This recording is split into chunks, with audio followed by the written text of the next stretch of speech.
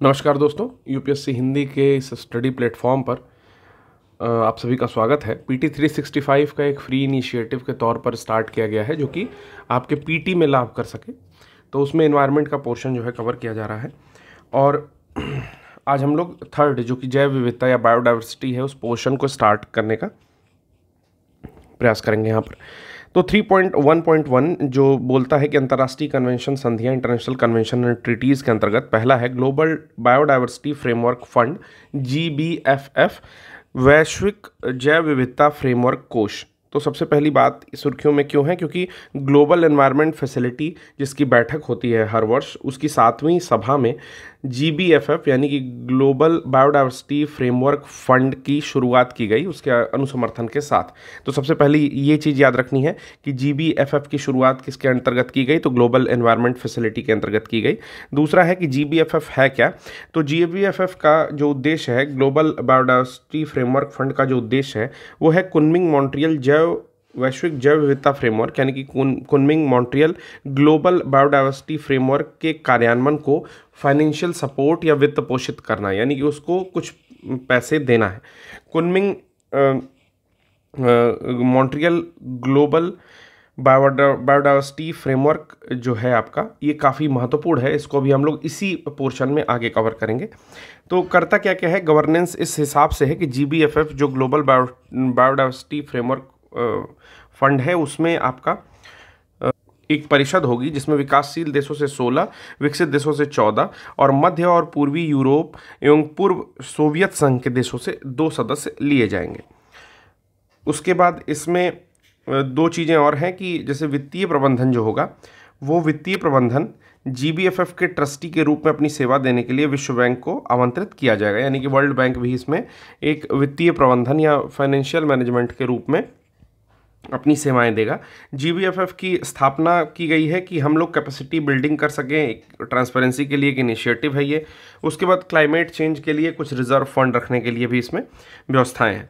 ठीक है, फिर आते हैं कुनमिंग मॉन्ट्रियल जैव विविधता फ्रेमवर्क के बारे में जानते हैं कि क्या है कुनमिंग मॉन्ट्रियल वैश्विक जैव विविधता फ्रेमवर्क।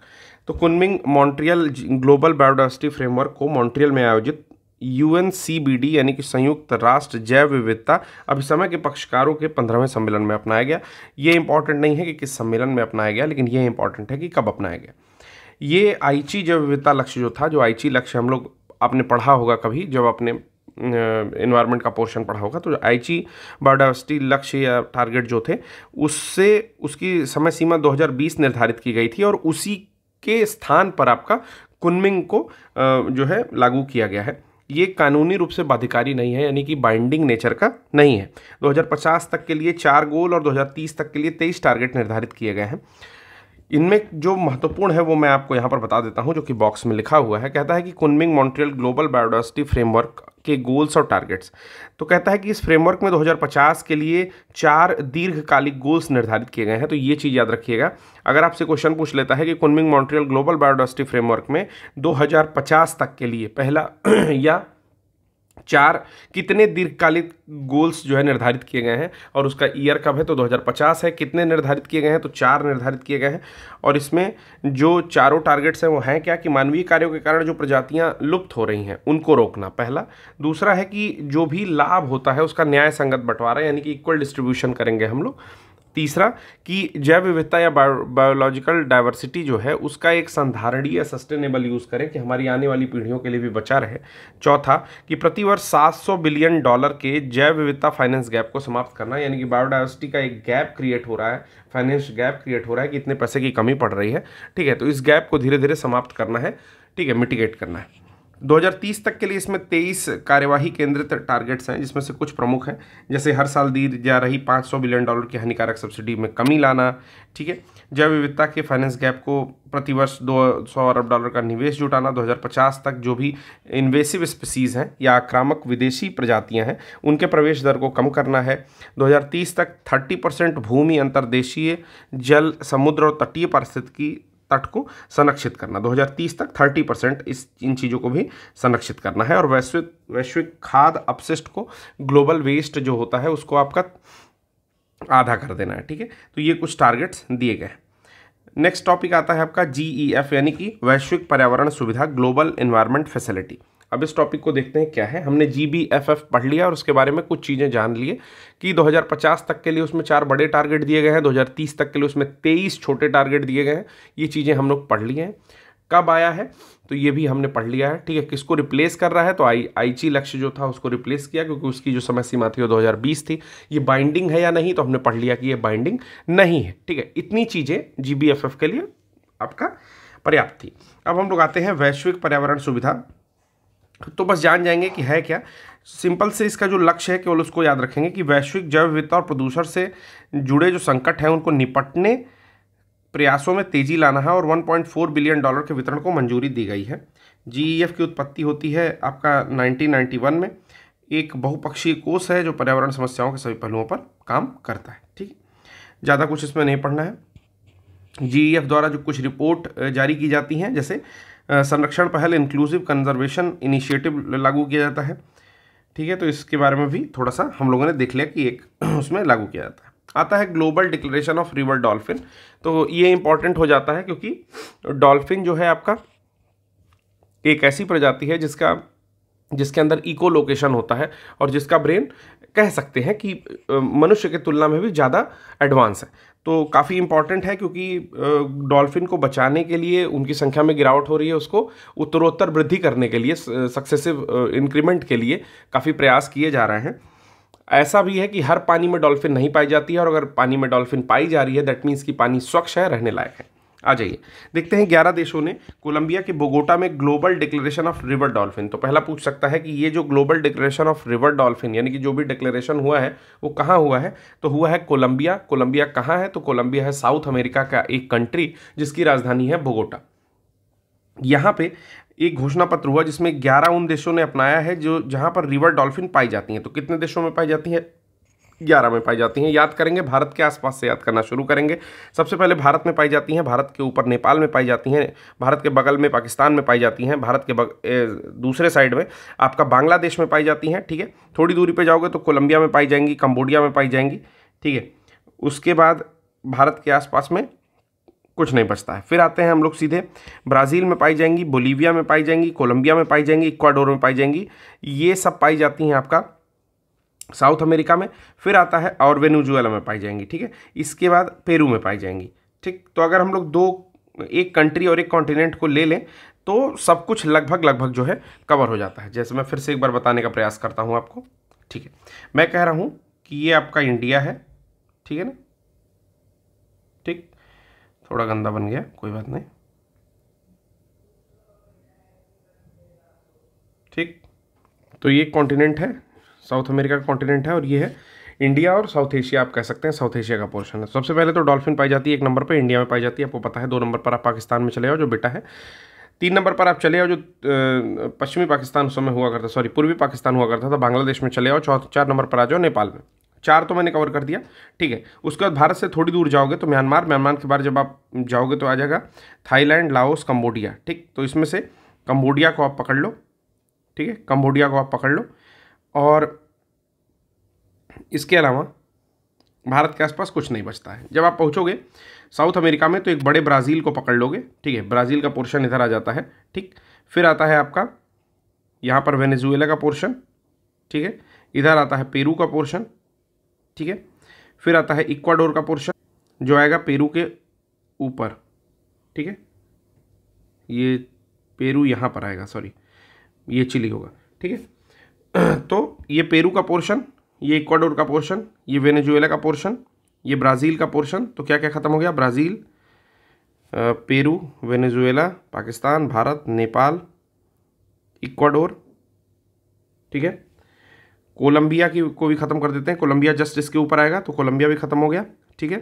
कंबोडिया ख़त्म हो गया, बांग्लादेश ख़त्म हो गया। आता है बोलीविया। तो बोलीविया का जो पोर्शन है वो बीच में आता है। इसके बाद यहाँ पर बोलीविया आता है, बोलीविया के नीचे आता है पराग्वे, और पराग्वे से अलग होता है उरुग्वे। तो ये आता है बोलीविया का। तो बस ये 2 को अगर कवर कर लोगे, साउथ एशिया की कंट्रीज़ और साउथ अमेरिका की कंट्रीज़, तो टोटल डॉल्फिन जो 11 कंट्रीज़ है वो कवर हो जाएगा, ठीक है। फिर आता है कि क्या घोषणा पत्र में क्या बातें कही गई हैं। कंट्री भी याद हो गई, इससे कुछ बताने का कोई मुख्य उद्देश्य नहीं था, बस कंट्री दिखाना उद्देश्य था। तो कह रहा है कि नदी डॉल्फिन के लिए वैश्विक घोषणा पत्र जो हुई है उसमें कुछ मुख्य बातें हैं, जैसे एशिया और दक्षिण अमेरिका की नदियों में डॉल्फिन की सभी प्रजातियों की आबादी में होने वाली गिरावट को रोकना, कि यहाँ पर जो है नदी में होने वाली जो डॉल्फिन है उनमें उनकी संख्या में गिरावट हो रही है, तो उनकी संख्या को हमें बढ़ाना है और जो होने वाली गिरावट है उनको रोकना है। वर्तमान में मौजूद नदी डॉल्फिन की सभी प्रजातियों के संरक्षण हेतु जो है फाइनेंशियल सपोर्ट करना है, यानी कि वित्त पोषण और अन्य उपाय को तैयार करना है। ठीक, नदियों के स्वास्थ्य में सुधार के लिए प्रयास करना है। जब नदी डॉल्फिन के बारे में कुछ बातें जानते हैं, नदी डॉल्फिन दुनिया की सबसे बड़ी नदी प्रणालियों में शीर्ष शिकारी हैं। ये नदी के स्वास्थ्य की महत्वपूर्ण संकेतक भी हैं। 1980 के दशक के बाद से इनकी आबादी में 73% की कमी आई है। तो दिखाता है कि 1980 में अगर ये 100 रही होंगी तो अभी मात्र 23 बची हैं, यानी कि 27 बची हैं, 73% की कमी हो गई है। बात करते हैं अलग अलग डॉल्फिन्स की और उनके नाम की। तो अमेजन नदी डॉल्फिन को बोलते हैं बोटो। अमेजन नदी डॉल्फिन को बोलते हैं बोटो, ये मीठे पानी में पाई जाने वाली हैं और इंडेंजर्ड स्थिति में पाई जाती हैं। गंगा नदी की डॉल्फिन को सूस बोलते हैं, ये भी इंडेंजर्ड है और भारत और बांग्लादेश में गंगा और ब्रह्मपुत्र नदी प्रणालियों में ये पाई जाती हैं गंगा नदी डॉल्फिन। सिंधु नदी डॉल्फिन को भूलन कहा जाता है, पाकिस्तान में व्यास नदी में पाई जाती हैं जो कि सिंधु की एक सहायक हैं, ये भी इंडेंजर्ड है। तुकुजी डॉल्फिन ये ताजे पानी में पाई जाती है, ब्राज़ील, कोलंबिया, इक्वाडोर, पेरू की अमेजन प्रणाली में ही ये भी पाई जाती है। इरावदी नदी डॉल्फिन, इरावदी आपको पता है कि म्यांमार की एक नदी है, ठीक है। इरावदी और साल्वीन 2 नदियां हैं म्यांमार में। तो ये इरावदी या अय्यारवादी म्यांमार में माहकम में पाई जाती है, ये भी इंडेंजर्ड है, ठीक है। फिर आता है पौध किस्म और कृषक अधिकार संरक्षण, protection of plant varieties and farmers right. इसमें कुछ पेप्सिको इंडिया का एक अपील था जिसको खारिज कर दिया गया है। उसमें उन्होंने एक आलू को जो है व्यावसायिक नाम जिसका FC5 था, अनुबंध कृषि व्यवस्था के तहत 2009 में प्रस्तुत किया था। तो इसको हम लोग नहीं देखेंगे। अधिनियम के में प्रदान किए गए अधिकारों को देख सकते हैं। जैसे अधिनियम में क्या अधिकार प्रदान किए गए हैं कि पादप के ब्रीडर के अधिकार, यानी कि ब्रीडर के पास संरक्षित किस्मों के उत्पादन, बिक्री, मार्केटिंग, वितरण, आयात निर्यात का विशेषाधिकार होता है। शोधकर्ताओं के क्या क्या अधिकार होंगे, तो शोधकर्ता जो है अनुसंधान करने के लिए इस अधिनियम के तहत पंजीकृत किसी भी किस्म का उपयोग कर सकते हैं। इसमें अगर कोई भी किस्म पंजीकृत है तो उसका उपयोग कर सकते हैं। अन्य किसी किस्म का विकास करने के उद्देश्य से किसी किस्म का उपयोग प्रारंभिक स्रोत के रूप में भी कर सकते हैं, कि कोई नई किस्म बना रहे हैं तो जो पुरानी किस्म है उसका यूज़ थोड़ा सा कर सकते हैं। किसानों के क्या क्या अधिकार हैं, तो किसानों के पास सारे अधिकार हैं सिवाय वो ब्रांडेड बीज को बेच नहीं सकते हैं, ठीक है। तो ये जो मैंने एक यहाँ पर अंडरलाइन कर दिया है, ये जो घेर के रखा है, ठीक है, केवल ये वाला अधिकार किसानों को नहीं है। बाकी क्या क्या अधिकार है, अब अधिकारों को पढ़ लेते हैं। किसानों के पास नई किस्म को पंजीकृत करने और संरक्षित करने का अधिकार है, मतलब वो नई किस्म को पंजीकृत करा सकते हैं, अगर उनको नई किस्म मिलती है तो पंजीकृत करा सकते हैं, और दूसरा के उत्पादन के बाद उनको कहीं भंडार या संरक्षण कर सकते हैं, संरक्षित कर सकते हैं। किसानों को PPVNFR नियम के अंतर्गत 2001 के अंतर्गत संरक्षित बीजों के किस्म के अलावा कृषि उत्पादों को सुरक्षित रखने, उपयोग करने, उनकी एक से अधिक बार बुआई करने, उनका आदान प्रदान करने, साझा करने या बेचने का सब अधिकार है इनको, ठीक है। किसी किस्म के बीजों से अपेक्षित परिणाम प्राप्त न अथवा नुकसान होने की स्थिति में किसान को मुआवजा भी प्रदान किया जाएगा। ये भी चीज़ें प्रदान की जा रही हैं। यहाँ पर PPVNFR जो लिखा हुआ है वो है protection of plant varieties and farmers right, ठीक है, प्रोटेक्शन ऑफ प्लांट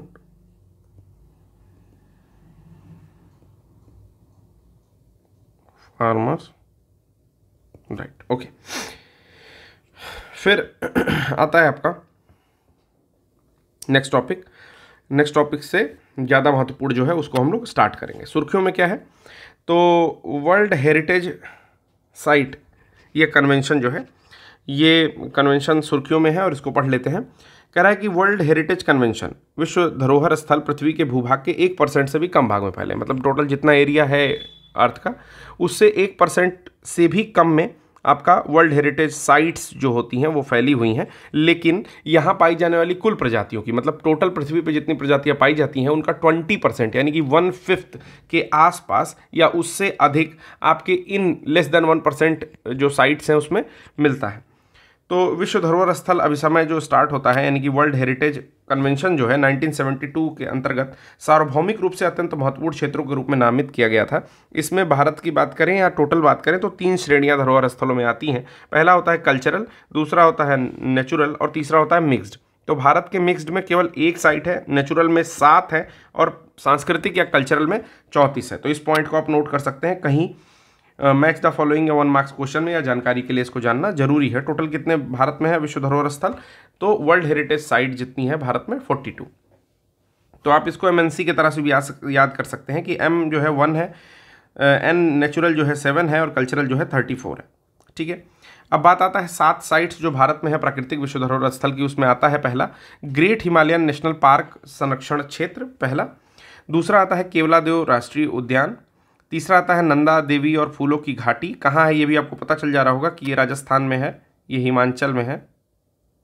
ठीक है, फिर ये आपका आता है उत्तराखंड में। ठीक है, उसी प्रकार ये आता है असम में। असम में क्या है? काजीरंगा है और मानस अभ्यारण्य दोनों है। सुंदरबन राष्ट्रीय उद्यान आता है आपका वेस्ट बंगाल में।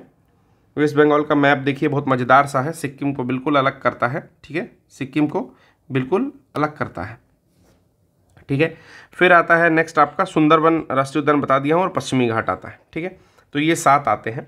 इसके अलावा कुछ पक्षकार और एजेंसी, मतलब इसको जानने की कोई ज़रूरत नहीं है। 5 स्ट्रेटेजिक ऑब्जेक्टिव है जो विश्व धरोहर स्थल होते हैं या उसके अभिसमय के अंतर्गत 5 स्ट्रेटेजिक, इसमें 5C भी इसको कहा जाता है, ऑब्जेक्टिव है। पहला है कि क्रेडिबिलिटी यानी कि विश्वसनीयता होनी चाहिए। दूसरा है कि संरक्षण करेंगे, ये संरक्षण होना चाहिए। कैपेसिटी बिल्डिंग करनी चाहिए कि कितने क्षमता निर्माण कर रहे हैं।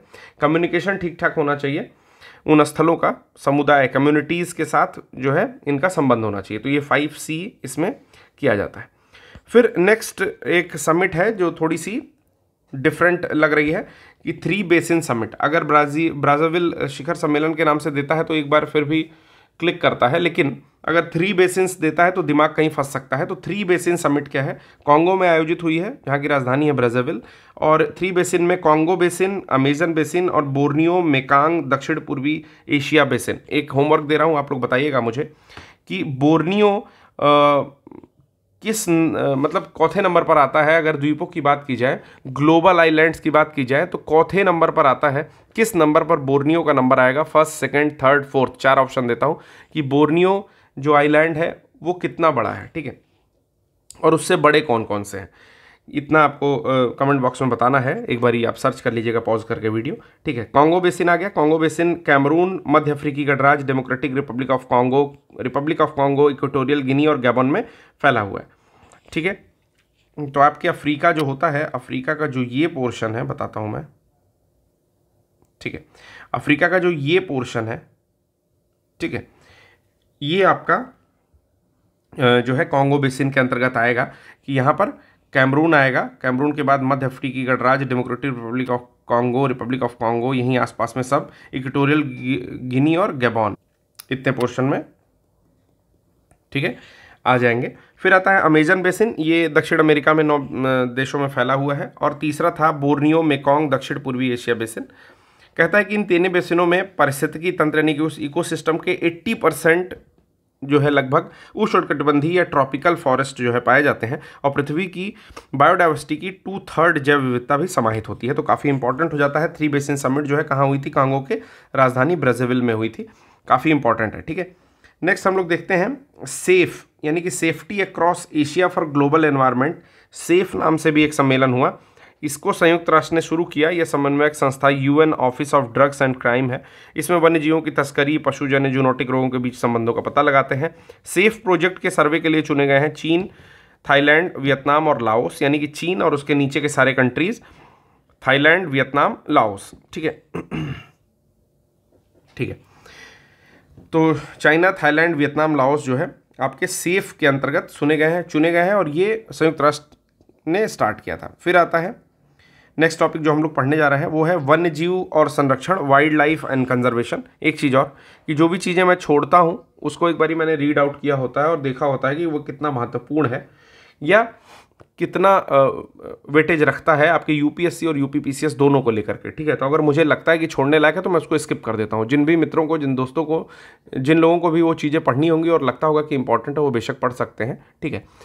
और मैं अपनी तरह से पढ़ा रहा हूँ, मुझे जिस तरह से लग रहा है कि पढ़ाना चाहिए तो उस तरह से मैं चीज़ों को लेकर के चलता हूँ। आ जाइए, मैं ये नहीं कहता हूँ कि वो बहुत हो सकता है उससे प्रश्न ही ना आए, ऐसा मैंने कोई दावा नहीं किया है, हो सकता है उससे भी प्रश्न आ जाए, लेकिन मुझे जो पॉइंट ऑफ व्यू से, मेरे पॉइंट ऑफ व्यू से सही लगता है, मैं वो चीज़ें पढ़ाने को लेकर के आगे जाता हूँ। तो जो ये खंड है 3.2.1 यानी कि जैव विविधता अधिनियम में संशोधन हुआ है, बायोलॉजिकल डाइवर्सिटी अमेंडमेंट एक्ट आया 2023 का। सुर्खियों में क्यों है? क्योंकि संसद में अभी जो है जैव विविधता अधिनियम 2023 पारित किया गया है, जो कि जैव विविधता अधिनियम यानी कि बायोडाइवर्सिटी एक्ट 2002 का संशोधन ही है, यानी कि उसमें संशोधन कर दिया गया है। तो पहले समझ लेते हैं कि जैव विविधता अधिनियम यानी कि बायोडाइवर्सिटी एक्ट 2002 क्या था। कहता है कि यह अधिनियम भारत को संयुक्त राष्ट्र जैव विविधता अभिसमय यानी कि कन्वेंशन ऑन बायोडाइवर्सिटी 1992 का एक उद्देश्य था, जिसको पूरा करने के लिए मदद के रूप में लागू किया गया जैव विविधता अभिसमय 2002। इस अधिनियम में विकेंद्रीकृत त्रिस्तरीय विनियामक व्यवस्था का प्रावधान किया गया। क्या है त्रिस्तरीय विनियामक व्यवस्था? तो कुल 3 नियम थे। क्या क्या नियम थे? नेशनल बायोडाइवर्सिटी अथॉरिटी था, उसमें एक प्रावधान ही था, सॉरी नियम नहीं थे। प्रावधान में एक व्यवस्था ये थी, दूसरी थी स्टेट बायोडाइवर्सिटी बोर्ड एसएसबी बनाया, और तीसरी थी आपकी बायोडाइवर्सिटी मैनेजमेंट कमिटीज, जिसको बीएमसी नाम दिया गया, यानी कि राष्ट्रीय स्तर पर देते थे। उसी चीज़ को हिंदी में बता रहा हूँ कि राष्ट्रीय जैव विविधता प्राधिकरण, राज्य स्तर पर राज्य जैव विविधता बोर्ड, और स्थानीय स्तर पर जैव विविधता प्रबंधन समितियाँ। यह अधिनियम जैव विविधता का संरक्षण करने वाले और इससे संबंधित ज्ञान के सृजनकर्ता तथा धारकों को लाभ साझा करने का प्रावधान भी करता है। जैव विविधता के उपयोग से प्राप्त लाभ क्या कहते हैं कि मौद्रिक मुआवजे का भुगतान करके देंगे, जो इंटेलेक्चुअल प्रॉपर्टी राइट्स है उसको साझा करेंगे, और प्रौद्योगिकी का हस्तांतरण करेंगे।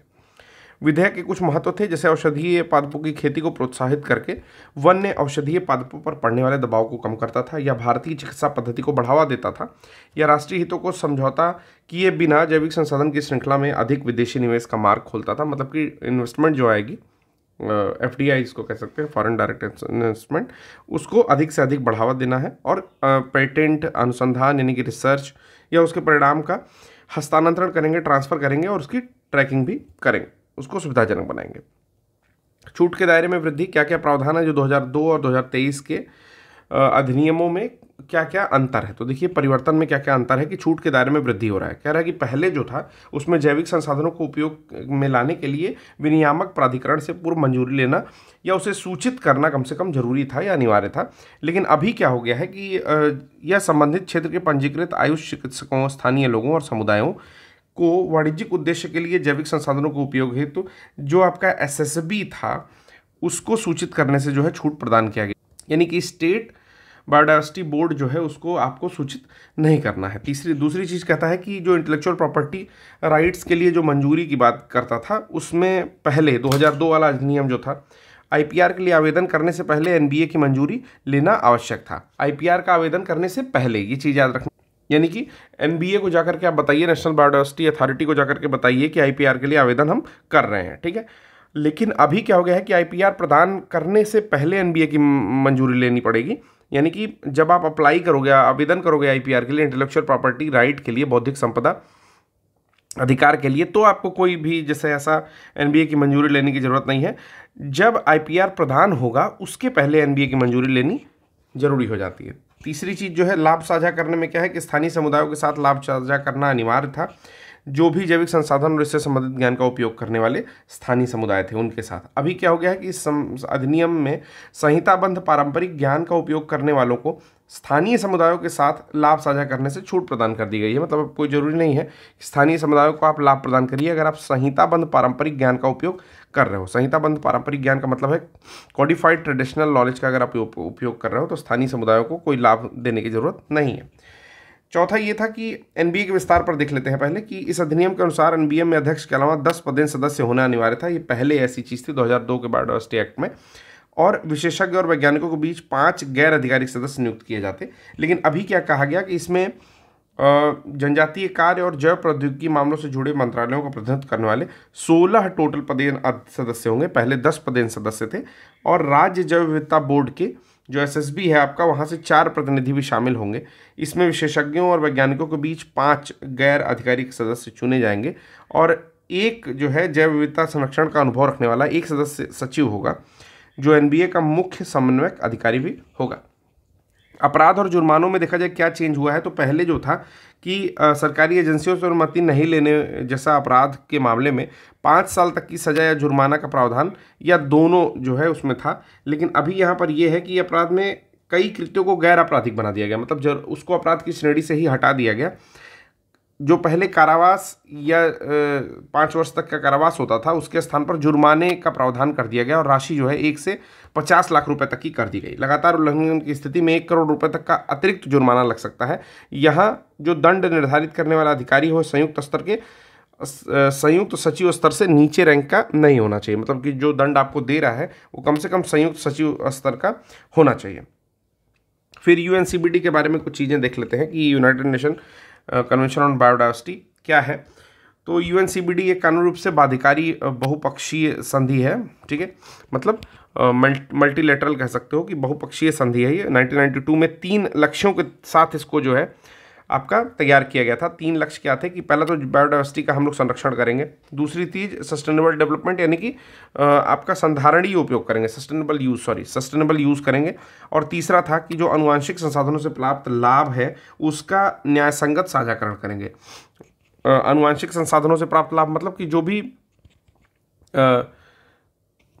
जेनेटिक रिसोर्सेज हैं,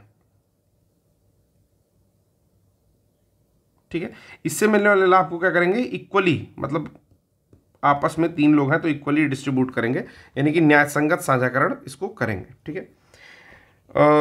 मुख्य समझौते, भारत ने 3 प्रोटोकॉलों की पुष्टि कर दी थी।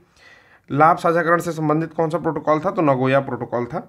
जैव सुरक्षा से संबंधित कार्टेजेना प्रोटोकॉल था और देवताओं से संबंधित नागोया कोलालमपुर सप्लीमेंट्री प्रोटोकॉल था, ठीक है। फिर आता है पीपल्स बायोडाइवर्सिटी रजिस्टर, पीबीआर क्या है, पीपल बायोडाइवर्सिटी रजिस्टर यानी कि जन जैव विविधता रजिस्टर। ये कहता है कि केंद्रीय पर्यावरण वन मंत्रालय, वन और जलवायु परिवर्तन मंत्रालय ने पीबीआर यानी कि पीपल्स बायोडाइवर्सिटी रजिस्टर को अपडेट और सत्यापित करने के लिए गोवा में एक अभियान स्टार्ट किया है। पीबीआर एक ऐसा डॉक्यूमेंट है जिसमें किसी विशेष क्षेत्र के भू क्षेत्र और जनसांख्यिकी सहित स्थानीय रूप से उपलब्ध जैव संसाधनों के बारे में व्यापक जानकारी प्राप्त होती है। इसके प्रावधान जैव विविधता अधिनियम 2002 के से लिए गए हैं। राष्ट्रीय जैव विविधता प्राधिकरण और जैव विविधता बोर्ड पीबीआर तैयार करने के लिए जैव विविधता प्रबंधन समिति यानी कि बीएमसी को मार्गदर्शन और तकनीकी सहायता प्रदान करेंगे। बीएमसी के बारे में, बीएमसी जो है उसमें एक पदेन अध्यक्ष होता है और स्थानीय निकायों द्वारा नामित 6 व्यक्ति होते हैं। इन सदस्यों में 1/3 महिलाएं होती हैं बीएमसी में, ठीक है, और 18% SC/ST समुदाय होता है। बीएमसी का कार्य है कि अपने क्षेत्राधिकार के भीतर जैविक संसाधनों की पहुंच पर संग्रह शुल्क लगा सकता है, पहुंच और लाभ साझाकरण करेगा और निर्धारित करने की प्रक्रिया भी करता है। जानकारी के लिए फिर से बता दें कि बायोडाइवर्सिटी मैनेजमेंट कमेटी को ही बीएमसी नाम दिया गया था। अब एक दूसरा संशोधन है, ये तो हमने ऊपर का पूरा पढ़ लिया। इसके बाद एक और संशोधन आता है, वन्य जीव संरक्षण संशोधन यानी कि वाइल्ड लाइफ प्रोटेक्शन अमेंडमेंट आता है 2022 में। तो ये जो है आपको पता है कि जलवायु परिवर्तन मंत्रालय, वन और जलवायु परिवर्तन मंत्रालय के अंतर्गत ही अधिसूचित किया गया है, जिसमें वन्य जीव संशोधन अधिनियम WPA आता है, ठीक है। क्या कहता है इसमें, पहला नियम है, सूचित जो नियम है उसमें पहला नियम यह है कि wild life disposal of wild animals articles rule 2023 यानी कि वन्य जीव वस्तु का वाइल्ड लाइफ निपटान नियम विवरण में ऐसे नियमों के बारे में बताता है कि ये नियम वन्य प्राणियों की वस्तुओं, अंगों, जिसको ट्रॉफी बोलता है, आदि के निपटान का तरीका तय करते हैं जो किसी राज्य या केंद्र सरकार की परिसंपत्ति है। वन्यजीव संरक्षण के निदेशक या मुख्य वन्यजीव वार्डन या केंद्र सरकार द्वारा अधिकृत कोई अन्य अधिकारी अपने आदेश द्वारा ऐसी सरकारी परिसंपत्तियों को नष्ट करने, जलाने का निर्देश दे सकता है। जैसे कि सपोज करिए कि राइनो की सींग, ठीक है, तो उसका निपटान अगर करना है या उसको जलाना है तो कौन करेगा, वन्यजीव संरक्षण के निदेशक करेंगे, या उसके बारे में मतलब अधिकृत अधिकारी कोई अगर राज्य सरकार अथवा केंद्र सरकार का है वो, या मुख्य वन्यजीव वार्डन ऐसी परिसंपत्तियों को जलाने या नष्ट करने का निर्देश दे सकता है, या कोई अन्य अंग, ठीक है। मुख्य वन्यजीव वार्डन द्वारा गठित समिति को उपस्थिति में नष्ट करने की प्रक्रिया संपन्न की जाएगी, मतलब उनके द्वारा उनकी उपस्थिति में गठित एक समिति होगी जो नष्ट करते समय वहां पर क्या करेगी, उपस्थित रहेगी। सेम वही चीज दूसरा नियम इसमें क्या है कि प्रजाति प्रजनक लाइसेंस नियम, breeders of species licence rule 2023, वन्यजीव संरक्षण अधिनियम 2022 की अनुसूची 4 के परिशिष्ट 1 के अंतर्गत कहता है कि सूचीबद्ध किसी भी अनुसूचित नमूने की कैप्टिव ब्रीडिंग या कृत्रिम वनस्पतिक जनन में संलग्न लोगों के लिए लाइसेंस हेतु आवेदन करने की प्रक्रिया, शुल्क, पंजीकरण आदि निर्धारित किए गए हैं। वन्यजीव संरक्षण संशोधन अधिनियम 2022 के लागू होने के 90 दिन की अवधि के भीतर मुख्य वन्यजीव वार्डन के सामने लाइसेंस के लिए आवेदन करना होगा। और कह रहा है नियमों के तहत लाइसेंस प्रदान करने का अंतिम अधिकार या उसे निरस्त करने का अधिकार भी मुख्य वन्य जीव वार्डन को ही दिया गया है। ठीक है। अन्य प्रावधान क्या कहता है कि इस संशोधन अधिनियम में अनुसूचियों की संख्या जो है 6 से घटा करके 4 कर दी गई है। क्या क्या अनुसूचियां हैं? अनुसूची 1 यानी कि सबसे अधिक संरक्षण वाली जंतुएं या प्रजातियां। अनुसूची जो 2 सबसे कम संरक्षण वाली पशु प्रजातियां। अनुसूची 3 पौधों की संरक्षित प्रजातियां। अनुसूची 4 साइट्स के अलग अलग परिशिष्ट में सूचीबद्ध प्रजातियां। मतलब 1 को सबसे ज़्यादा संरक्षण चाहिए, सबसे ज़्यादा संरक्षण वाली जंतु प्रजातियां हैं। 2 में सबसे कम संरक्षण वाली पशु प्रजातियां आती हैं। 3 में पौधों की प्रजातियां आती हैं। 4 में साइट्स के जो परिशिष्ट में अलग अलग सूचीबद्ध हैं उनको रखा जाता है।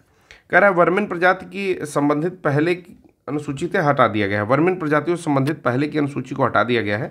वन्य जीवों एवं वनस्पतियों की एंडेंजर्ड स्पीसीज के अंतर्राष्ट्रीय बाजार पर कन्वेंशन यानी कि sites, convention on international trade off endangered species के परिशिष्ट को सूचीबद्ध प्रजातियों के लिए एक नई अनुसूची बना दी गई है। वहीं केंद्र सरकार किसी भी वन्यजीव को सूचना के माध्यम से वर्मिन घोषित कर सकती है। और साइट्स को लागू करने के लिए एक नया अध्याय भी VB जोड़ा गया है। ठीक है। केंद्र सरकार को यह अधिकार दिया गया है कि वह पौधों अथवा जीवों की आक्रामक विदेशत प्रजाति यानी कि जिसको हम लोग बोलते हैं इन्वेसिव स्पीसीज, जो भारत में स्थानीय यानी कि नेटिव स्पीसीज नहीं है, का विनियमन करे। जैसा कि आपको पता है, इससे पहले जो हम लोग पढ़ रहे थे उसमें बता रहे थे GBFF में कि उसका क्या करें, 50% उसको कम कर दें उनकी प्रजातियों को। फिर अगला कहता है कि धार्मिक या किसी अन्य उद्देश्य के लिए हाथियों के उपयोग की अनुमति दी गई है। और केंद्र सरकार को एक प्रबंध प्राधिकरण, एक वैज्ञानिक प्राधिकरण का गठन करने का अधिकार दिया गया है। सरकार इन प्राधिकरणों की सहायता से प्रजातियों के नमूने यानी कि स्पेसिमेन के आयात और निर्यात का विनियमन करेगी। राज्यों में स्थित सभी अभयारण्य को नियंत्रित करने के लिए उनके रखरखाव की मुख्य जिम्मेदारी मुख्य वन्यजीव वार्डन को दी गई है। तो ये था आपका जो नया वन्य जीव संरक्षण संशोधन अधिनियम आया है, wild life protection amendment act 2022, उसके बारे में कुछ चीज़ें याद रखिएगा कि वन्य जीव की जो अनुसूचियां हैं उनको घटाकर कम कर दिया गया है। फिर 2 चीज़ें यहाँ पर आई हैं कि wild life disposal of wild animals articles rule 2023 जो आया है कि अंगों को या ट्रॉफी जिसको बोलते हैं कि उनको निपटान करना होगा, तो वहाँ पर वन्य जीव वार्डन रहेगा। सरकार या राज्य सरकार या केंद्र सरकार द्वारा नामित कोई व्यक्ति की उपस्थिति रहेगी। फिर उस हिसाब से उसको जलाना या निपटान की प्रक्रिया की जाएगी। और इसी में दूसरा नियम जो था वो था आपका breeders of species licence rule यानी कि प्रजाति प्रजनक लाइसेंस नियम। इसमें ये कहता है कि अगर आप कोई लाइसेंस लेना चाहते हैं, आवेदन करते हैं, तो 90 दिन के भीतर मुख्य वन्यजीव अधिकारी के सामने आवेदन करना आवश्यक है। किस चीज़ों में? अगर आप कैप्टिव ब्रीडिंग, कृत्रिम वानस्पतिक जनन यानी कि आर्टिफिशियल प्रोपेगेशन करना चाहते हैं, उसमें संलग्न लोगों के लिए एक आवेदन यानी कि शुल्क आधारित प्रक्रिया है, उसमें पंजीकरण करना पड़ता है। तो आप वार्डन को जो है 90 दिन की अवधि के भीतर, जब से ये लागू होता है संशोधन, वहाँ पर एक लाइसेंस के लिए आवेदन करेंगे और मुख्य वन्यजीव अधिकारी जो भी होगा वार्डन, उसको अधिकार है कि वो आपके लाइसेंस को वैलिडेट करता है या फिर कैंसिल कर देता है। ठीक है। मैंने बताया था कि अनुसूचियाँ घट गई हैं, अनुसूचियाँ 4 हो गई हैं, जिसमें साइट्स के लिए एक अनुसूची हो गई है। अनुसूची सबसे कम संरक्षण वाली प्रजातियों की हो गई है, सबसे कम अधिक संरक्षण वाली प्रजातियों के लिए हो गई है और पौधों के संरक्षण की प्रजातियों के लिए हो गई है। अब आते हैं बाघ संरक्षण के बारे में बात करते हैं। 1973 से प्रोजेक्ट टाइगर की शुरुआत की गई है और उसके 50 साल पूरे होने पर एक स्मरणोत्सव मनाया गया है, यानी कि जिसको बोलते हैं कि commemoration of 50 years of tiger project commemoration किया गया है। तथ्य क्या है कि इंटरनेशनल बिग कैट अलायंस का भी शुरुआत किया गया है। यही कार्यक्रम जो हुआ है 50 साल का कमेमोरेशन, उसमें आपका इंटरनेशनल बिग कैट अलायंस जिसको बोलते हैं IBCA, उसकी शुरुआत की गई है। इंटरनेशनल बिग कैट अलायंस को पहली बार 2019 में शिकार और अवैध वन्यजीव व्यापार के खिलाफ अंतर्राष्ट्रीय समूह के रूप में प्रस्तावित किया गया था। IBCA International Big Cat Alliance को 7 बड़े विडाल वंशियों यानी कि जितने भी बड़े बिग कैट्स के वंश हैं, यानी कि जैसे बाघ, शेर, तेंदुआ, हिम तेंदुआ, चीता, जगुआर, प्यूमा के संरक्षण के लिए लॉन्च किया गया है। इसका लक्ष्य उपयुक्त 7 प्रजातियों के प्राकृतिक पर्यावास वाले 97 देशों को परस्पर सहयोग के लिए एक मंच पर एकजुट करना है। तो ये IBCA का लक्ष्य तो आपको समझ में आ गया कि जो 7 विडाल वंश हैं, यानी कि 7 बिग कैट्स प्रजातियां हैं, उनको और वो जहां पाए जाते हैं लगभग 97 देशों को एक प्लेटफॉर्म ये देगा जहां पर ये लोग मतलब कॉपरेट कर सकते हैं आपस में, और इनको जो है बचाना भी एक तरह से, इनका अवैध व्यापार भी रोकना एक अंतर्राष्ट्रीय समूह के रूप में IBCA का कर्तव्य होगा। 800 करोड़ रुपए से अधिक की गारंटीकृत धनराशि के साथ 5 वर्षों के लिए सुनिश्चित समर्थन प्राप्त करेगा। प्रोजेक्ट टाइगर क्या था?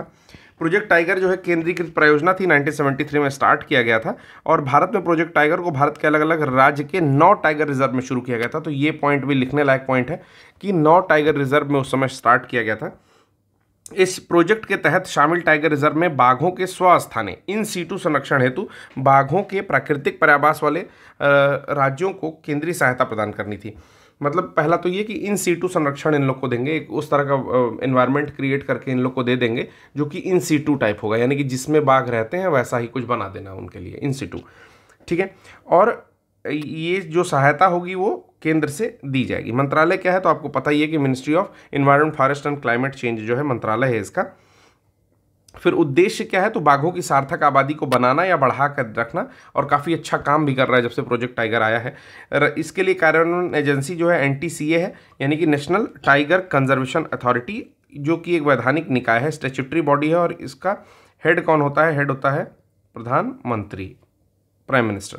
ठीक है, फिर आता है वित्त पोषण कैसे होता है, तो 2 तरह से वित्त पोषण होता है। नॉन रिकरिंग, यानी कि सभी अनियमित मदों से और नियमित मदों के व्यय पर लगभग 60% और 50% की वित्तीय सहायता प्रदान करती है केंद्र सरकार। ठीक है, मतलब जो अनियमित मद है उस पर 60% देगी नॉन रिकरिंग पर, और रिकरिंग यानी कि नियमित पदों पर 50% की वित्तीय सहायता प्रदान करेगी। कौन प्रदान करेगा? केंद्र सरकार प्रदान करेगी। पूर्वोत्तर और हिमालयी राज्यों के लिए सिमिलरली जैसे होता है उसी प्रकार 90% की सहायता केंद्र सरकार देती है। केंद्र सरकार जो है प्रोजेक्ट टाइगर और प्रोजेक्ट एलिफेंट का विलय कर दिया है। ये भी याद रखना है कि केंद्र सरकार ने प्रोजेक्ट टाइगर और प्रोजेक्ट एलिफेंट का विलय कर दिया है। प्रोजेक्ट एलिफेंट कब आया था आपको कमेंट बॉक्स में बताना है।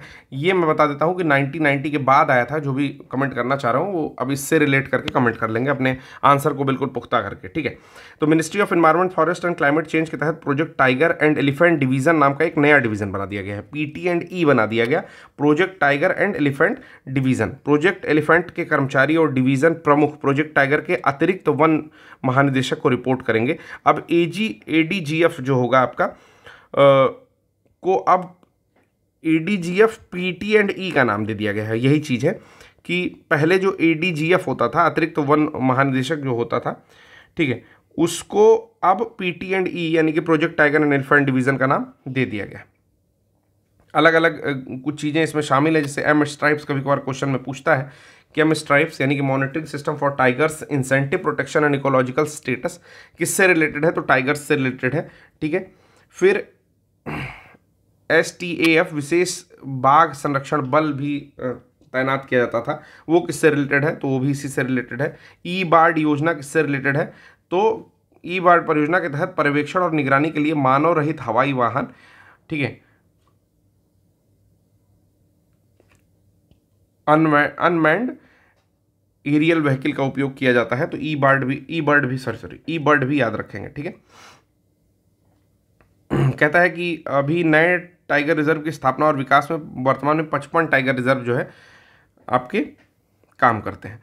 फिर इसके अलावा एक चीज़ और हम लोग जान सकते हैं भारतीय बाघ या रॉयल बंगाल टाइगर के बारे में, जिसको पैंथेरा टिग्रिस कहा जाता है। इसे भारत का राष्ट्रीय पशु घोषित किया गया है। सर्वाधिक आबादी इसकी भारत में पाई जाती है। इसके अलावा बांग्लादेश, नेपाल, भूटान, भारत से लगे हुए कुछ हिस्सों में और भी पाई जाती है। चीन में भी इसकी आबादी पाई जाती है। भारत में बाघों की आबादी का वितरण जो है इस प्रकार है कि हिमालयी क्षेत्रों में, मैंग्रोव दलदल में, लंबी घास वाले मैदानों में, शुष्क और आर्द्र पर्णपाती वन यानी कि आर्द्र मतलब मॉइस्ट डिसिडुअस फॉरेस्ट जो है वहाँ पर ये पाए जाते हैं।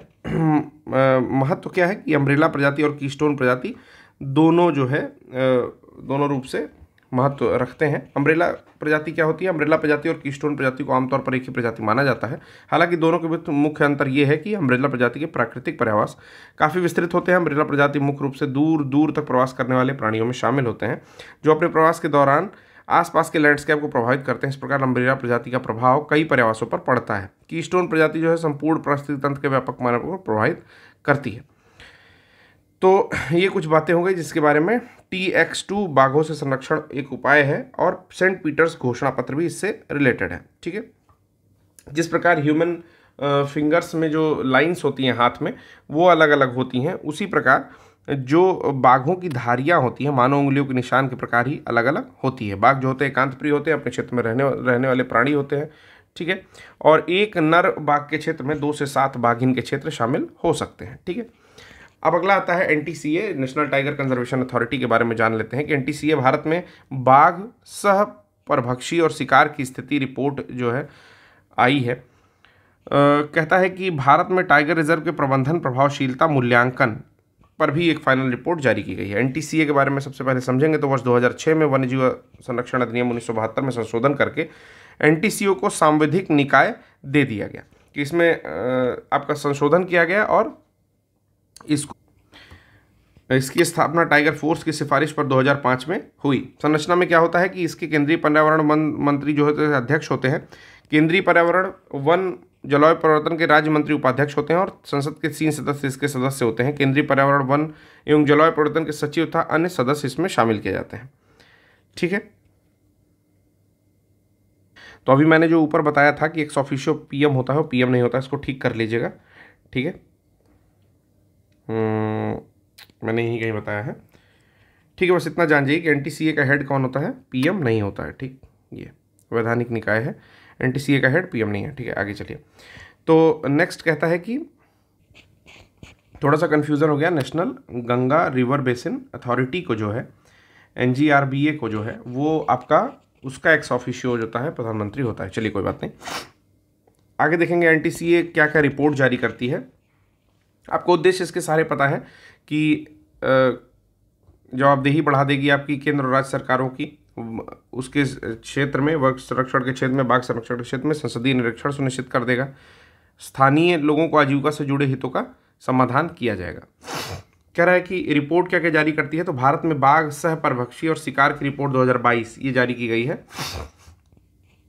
टोटल जितने भी बाघ पाए जाते हैं उसका 75% आबादी जो है भारत में मौजूद है। भारत में कहाँ कहाँ पाया जाता है तो ये मैं आपको बता चुका हूँ कि गंगा के मैदानों में, शिवालिक और मध्य भारत में पाई जाती है। M स्ट्राइप्स जो होता है monitoring system for tiger incentive protection and ecological status, इस तकनीक में बाघ पर्यावास क्षेत्र से जानकारी एकत्रित करने के लिए ग्लोबल पोजीशनिंग यानी कि GPS का इस्तेमाल करते हैं और रिमोट सेंसिंग का इस्तेमाल करते हैं, मतलब कि बाघ की पोजीशन जानने के लिए। ठीक, कैमरा ट्रैप पर आधारित कैप्चर मार्क रिकैप्टर भी जो है यूज़ किया जा रहा है कि उनकी आबादी और घनत्व का अनुमान लगाने के लिए एक प्रमाणित विधि है, इसका उपयोग करते हैं। फिर मॉलिक्यूलर टूल्स का भी उपयोग करते हैं इसमें, स्केट्स की। तो ये डेटा याद कर लेना, जो भी ये डेटा दिया हुआ है कि बाघों की आबादी की उच्चतम सीमा 3,925 अनुमानित है और इनकी औसत संख्या 3,682 है। पहली चीज़ तो ये।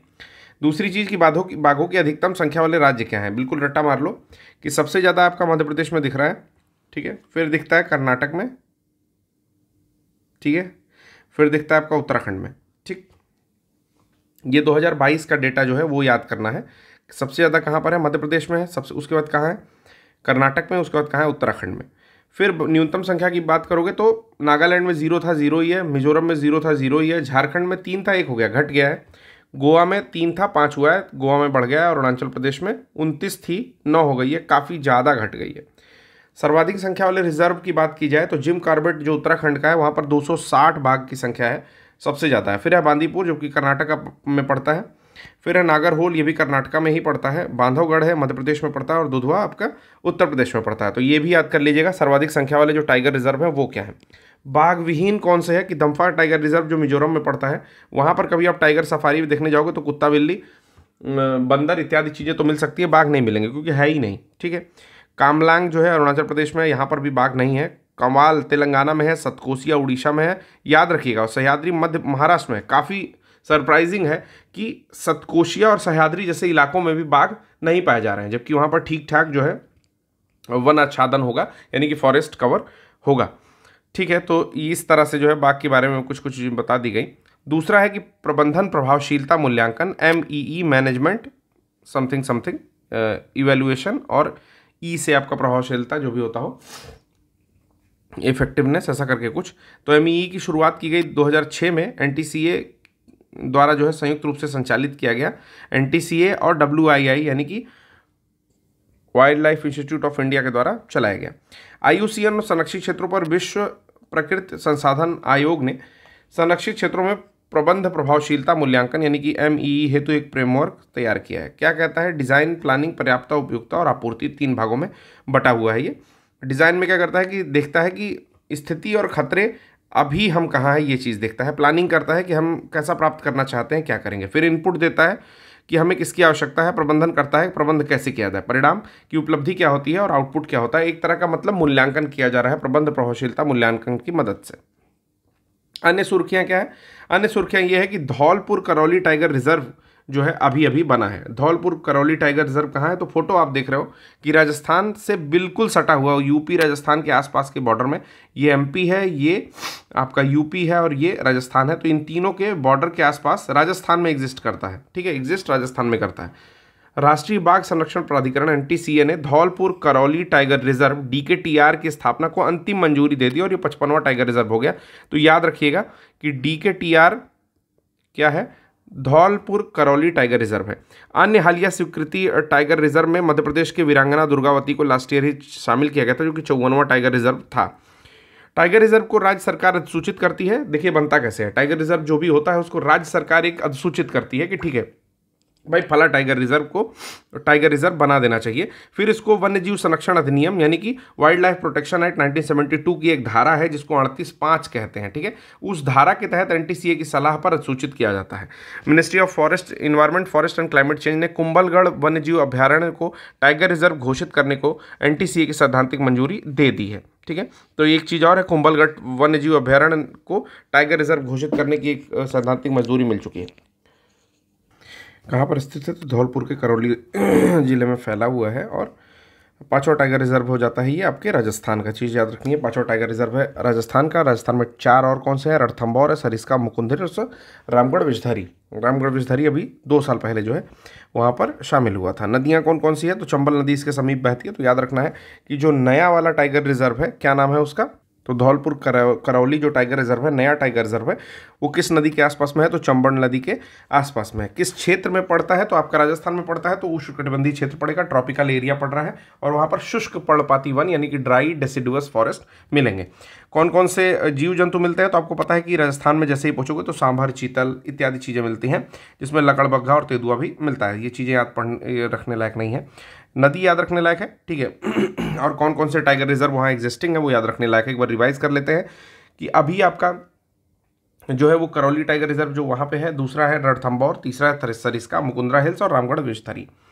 फिर है टाइगर ट्रांसलोकेशन प्रोजेक्ट। एनटीसीए द्वारा जो है टाइगर ट्रांसलोकेशन प्रोजेक्ट अंतर्राज्यीय बाघ स्थानांतरण परियोजना विफल हो गई थी जो थी 2018 में बाघ स्थानांतरण योजना की शुरुआत की गई थी। इसके तहत 2 बाघों को एक दूसरे राज्य में स्थानांतरित किया जाना था, कि मतलब एक राज्य से दूसरे राज्य तक चला जाएगा।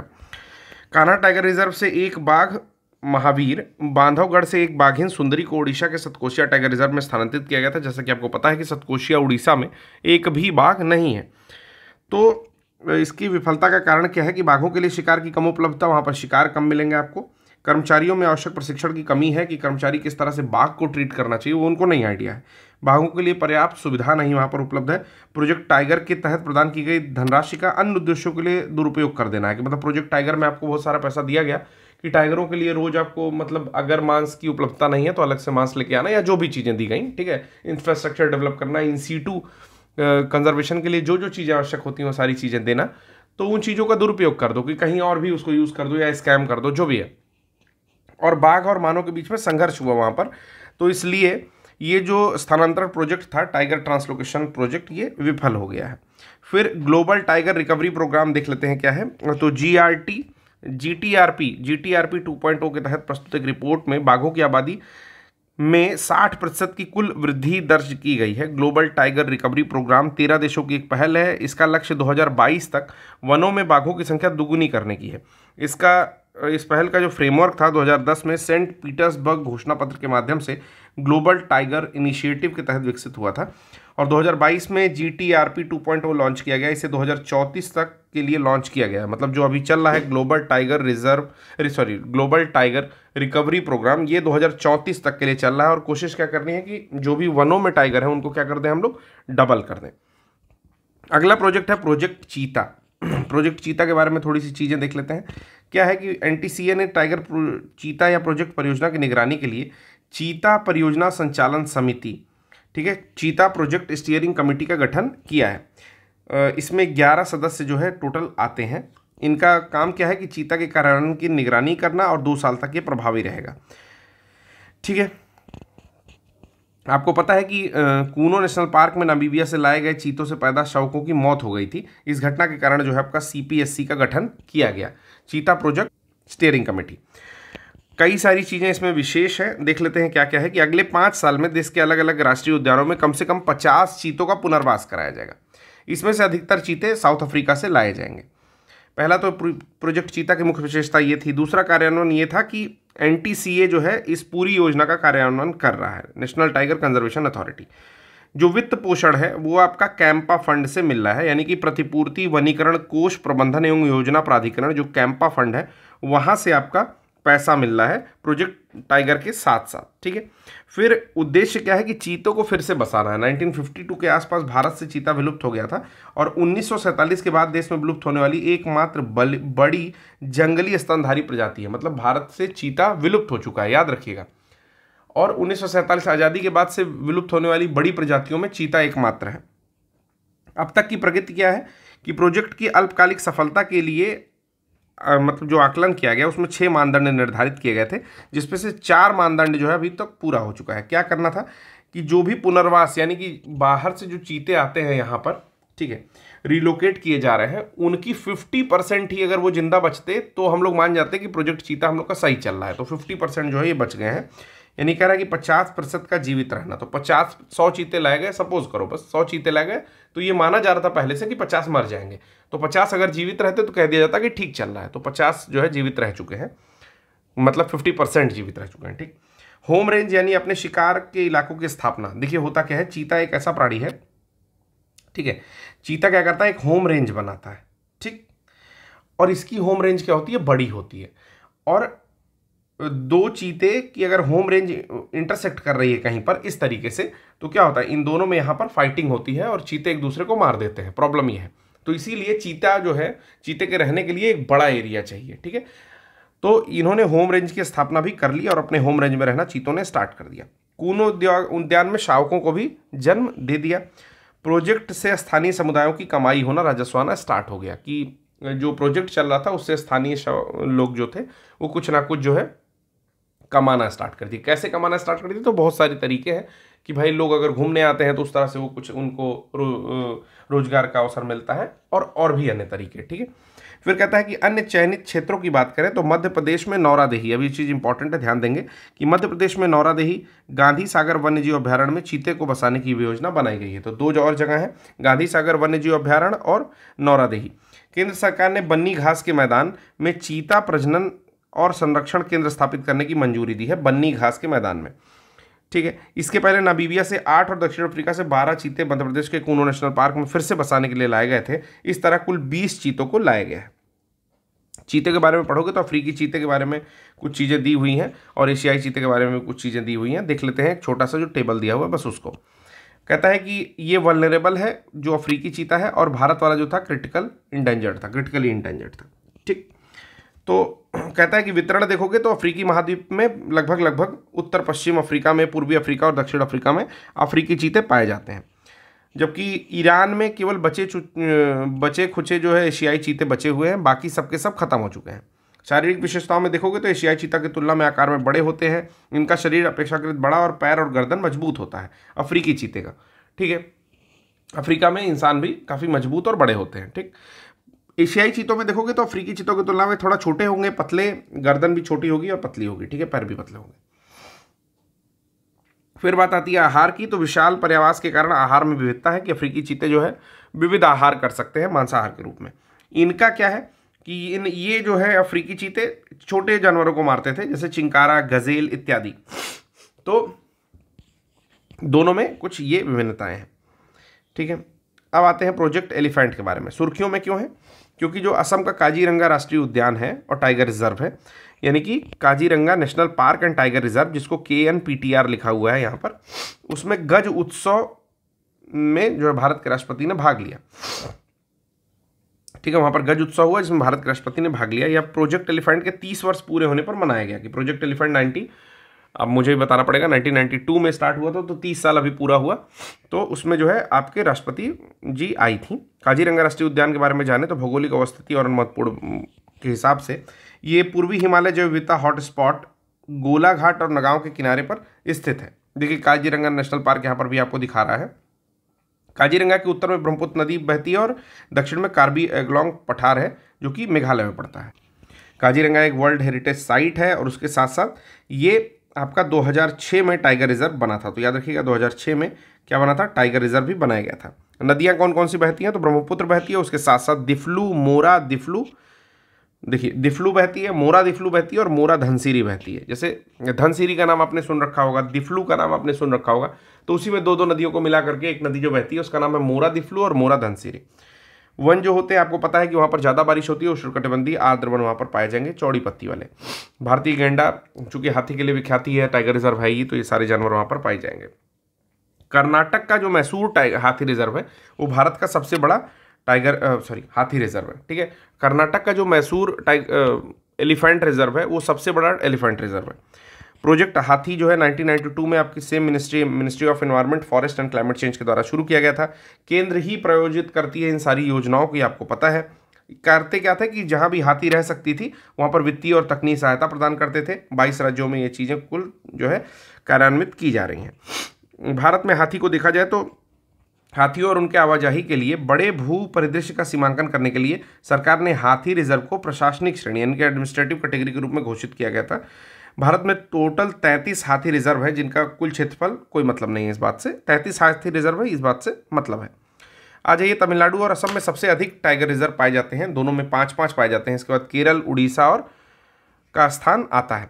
सबसे बड़े टाइगर हाथी रिजर्व की बात की जाए, बार बार मुंह से टाइगर निकल रहा है, ठीक है कोई बात नहीं, उतना एडजस्ट करिए। सबसे बड़े हाथी रिजर्व की बात की जाए तो मैसूर टाइगर हाथी रिजर्व है मैसूर हाथी रिजर्व है। फिर कई सारे गलियारे बनाए जाते हैं हाथियों के लिए, तो सबसे अधिक जो हाथी गलियारा है वो पश्चिम बंगाल में है। ये भी चीज़ याद रखने वाली है, ये भी चीज़ याद रखने वाली है। ठीक है, भारत और नेपाल के बीच टोटल 6 राष्ट्रीय पारीय हाथी गलियारे हैं। ठीक, कुछ चीज़ें हाथियों के बारे में दिया गया है कि इंडेंजर्ड स्पीसीज है, IUCN की परिशिष्ट 1 में आता है। वन्यजीव संरक्षण अधिनियम 1972 के अनुसूची 1 में आता है और वन्यजीव संरक्षण अधिनियम 1972 के अनुसूची 4 में भी आता है। ठीक है, फिर यहाँ पर 2 हाथे, एशियाई हाथी और अफ्रीकी हाथियों के बारे में कुछ कुछ चीज़ें दी हुई हैं, तो कुछ चीज़ें पढ़ लेते हैं, जैसे सुरक्षा और अन्य खतरा, ये सारी चीज़ें पढ़ लेते हैं। पहले देख लेते हैं कि हाथियों की सुरक्षा के लिए क्या क्या उपाय किए गए। तो इनके लिए AI आधारित सेंसर सिस्टम गजराज तैयार किया गया। तो ये याद रखने वाली चीज़ है, कहीं नोट डाउन भी करने वाली चीज़ है कि इन्वायरमेंट का पोर्शन कहीं लिखने के लिए आता है तो आप याद रख सकते हैं कि AI का यूज़ किस तरह से किया जा रहा है। तो हाथियों को नियंत्रित करने के लिए गजराज सिस्टम, जो AI सेंसर आधारित सिस्टम है, उससे रेल दुर्घटनाओं में हाथियों की मौत को रोकने के लिए आपका गजराज तैयार किया गया। हर 5 साल में हाथियों की जनगणना की जाती है, हाथियों की गणना की जाती है। असम में देसी प्रजाति के पेड़ लगाए गए हैं। इन प्रजातियों में आंवला, बेल, गम्हरी, जामुन, भूमुरा और अर्जुन शामिल है। खतरे क्या है कि ह्यूमन एलिफेंट कॉन्फ्लिक्ट कई बार देखने को मिलता है हम लोगों को कर्नाटका में। तो पर्यावास की क्षति होती है, कई हिस्सों में बढ़ जाता है जिससे अवैध शिकार होता है, तो उनसे जो है जेनेटिक वायबिलिटी की हानि होती है। पहले अभी आपने देखा है कि केन्या की एक न्यूज़ बहुत चर्चा में थी जिसमें कई टन जो है हाथी दांत जला दिए गए। हाथी दांत जला करके केन्या की सरकार ये बताना चाहती थी कि हाथी के दांत हमारे लिए मायने नहीं रखते, आप इसको अरबों खरबों में बेचते, लेकिन चूंकि केन्याई सरकार के लिए ये हाथी दांत मायने नहीं रखते, ये हाथियों के जीवन से ज़्यादा महत्वपूर्ण है। तो कृपया हाथी दांत के लिए हाथी का शिकार ना किया जाए। हाथी एक बड़ा प्राणी है जो कि हमारे पर्यावरण या प्रकृति के लिए आवश्यक है। तो हाथी दांत जला करके ये सिंबॉलिक एक तरह से रिप्रेजेंट किया गया कि हाथी इंपॉर्टेंट है, हाथी दांत नहीं इंपॉर्टेंट है। ठीक है, फिर यहाँ पर कुछ पढ़ लेते हैं विशेषताओं में कि ये अत्यधिक बुद्धिमान प्राणी होते हैं। इनमें मजबूत पारिवारिक गठबंधन भी देखा जाता है और बेहतर संचार कौशल यानी कि कम्युनिकेशन भी इनके अंदर होता है। इनमें दुख भी होता है, इनको करुणा भी होती है। हाथी को रोते भी कभी ने आपने देखा होगा। फिर कहता है कि ये झुंड में आपस में संबंधित हथनियाँ होती हैं, इनके झुंड में इनका नेतृत्व तो सबसे बड़ी उम्र की हथनी करती है, मतलब लेडीज़ हाथी जो होती है वो सबसे बड़ी हथनी जो है इनके झुंड का नेतृत्व करती है, जिसको मैट्रियार्क कहते हैं, यानी कि कुल माता कहते हैं।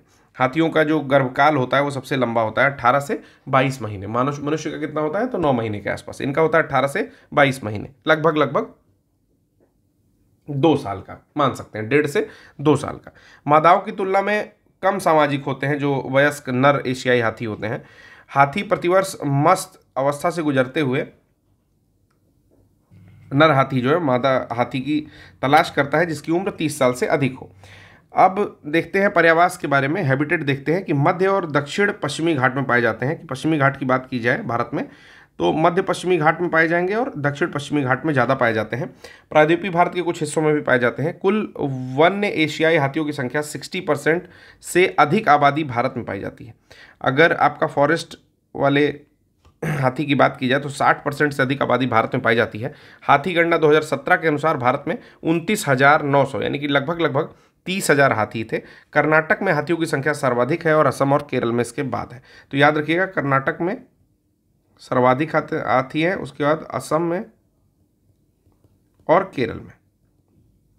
ठीक है, देखेंगे अफ्रीकी हाथियों की तुलना में ये छोटे होते हैं, त्वचा मुलायम होती है, जुड़वा गुंबद वाला सिर होता है। ठीक है, और इनके हथनियों के दांत नहीं होते हैं, केवल एशियाई हाथियों के दांत होते हैं। इसमें जो होता है हथनी और हाथी दोनों के दांत होते हैं। ये काफ़ी वजनी होते हैं, 4 से 8,000 किलोग्राम के। ठीक है, तो दोनों ही इंडेंजर्ड स्पीसीज में है, लेकिन जो वन हाथी है अफ्रीकन वन हाथी वो आपका क्रिटिकली इंडेंजर्ड के श्रेणी में आता है। State of the rhino report आई है 2023 की, तो इसको हम सोचते हैं कि नेक्स्ट लेक्चर में कवर कर लेते हैं। ये अभी तक जो पढ़ाया है उसको रिवाइज कर लीजिए, मन करे तो लेक्चर 2 बार देख लीजिए या एक बार देख करके रीडिंग कर लीजिए। बेटर तो ये रहेगा कि एक बार रीड करने के बाद आप लेक्चर देख लीजिए। ठीक है, तो किसी भी तरह से आप बस को आपको कवर करना है तो कवरेज कर लीजिए। 1 घंटे का लेक्चर था, ज़्यादा बड़ा नहीं है। अगर तेज बोल रहा हूँ तो 0.75 पे कर लीजिए, अगर ठीक लगता है तो ऐसे ही सुन लीजिए। ठीक है, आज के लिए बस इतना ही, धन्यवाद।